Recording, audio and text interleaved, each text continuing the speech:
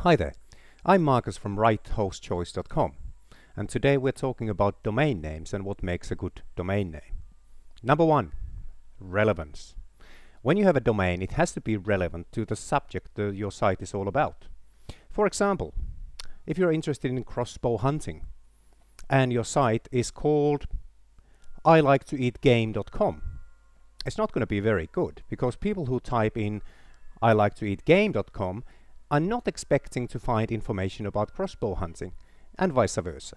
You wouldn't be typing in I like to eat game if you were in fact looking for information about crossbow hunting. You'd want something that is more relevant. Let's see, you can't be too specific with your domain name either. For example, you wouldn't want to have a domain name that is super specific, like crossbow hunting with sharp-edge-arrows.com. That's way too specific. And you don't want to be too wide open with it either, like hunting.com, because there's so much more to hunting than just crossbow hunting. A good example would be crossbowhunting.com, but it's not available. One thing people kind of overlook, and it's pretty obvious, the name of your website should actually be the same as your domain name.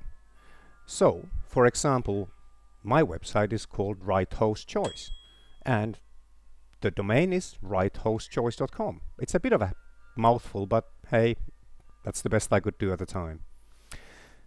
So that's number two. Make sure that your domain name is the same as the name of your website.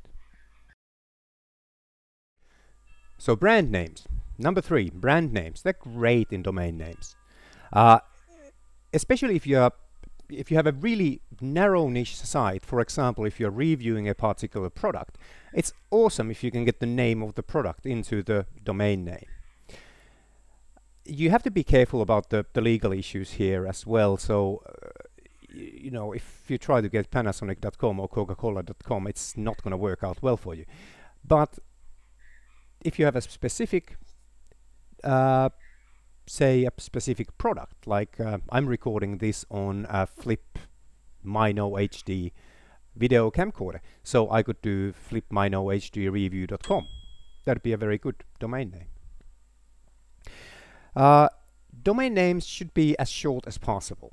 The longer it is, the harder it gets to remember. It's very hard to get very to the point short domain names at the moment, because most of them are already taken. But you know, keep it as short as practically possible. And if you go for a longer domain name, make sure that it reads naturally. Keep the order of the words all right and natural, and don't make it sound and look unnatural, because brain tends to forget those things. Hyphens. Number five. Try to avoid hyphens. They're all right, but they're an absolute pain in the ass to try to tell people. So for example, when you are talking on the phone with someone and you ask them to visit your website, which is www, this is my website-.com. Ain't gonna work. That wasn't a really good example, but yeah, you get the point. Yeah, that's pretty much all there is to hyphens. If you can avoid them, do. Plurals, number six, by the way, plurals and extra words are great. Because so many websites and domain names are already taken, if you can use words like my or the, or plurals like reviews, that's good. Go for it. Extensions. That is, extensions are .com, .net, .info, .my, or me, etc. If you can, get a .com, because .coms are so common and people are expecting by default to find a .com domain. So if you have a choice, opt for a .com domain.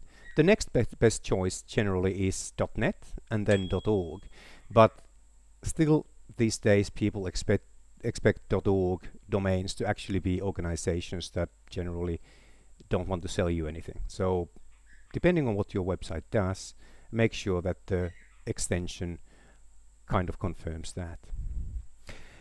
The eighth and the most important part of a domain name, a good domain name, is that it contains the keyword you are targeting for the website. I will make a separate video that will actually tell you how to get keywords into your domain name in a natural way.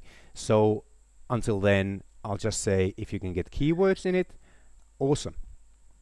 Of course, you have to know what those keywords are first, and we'll be looking at that in a different video. So, thanks for watching. This is Markus from Right Host Choice. Go and visit my website, subscribe to my channel, and get the free awesome guide I have written that you can get for free at righthostchoice.com. See you later.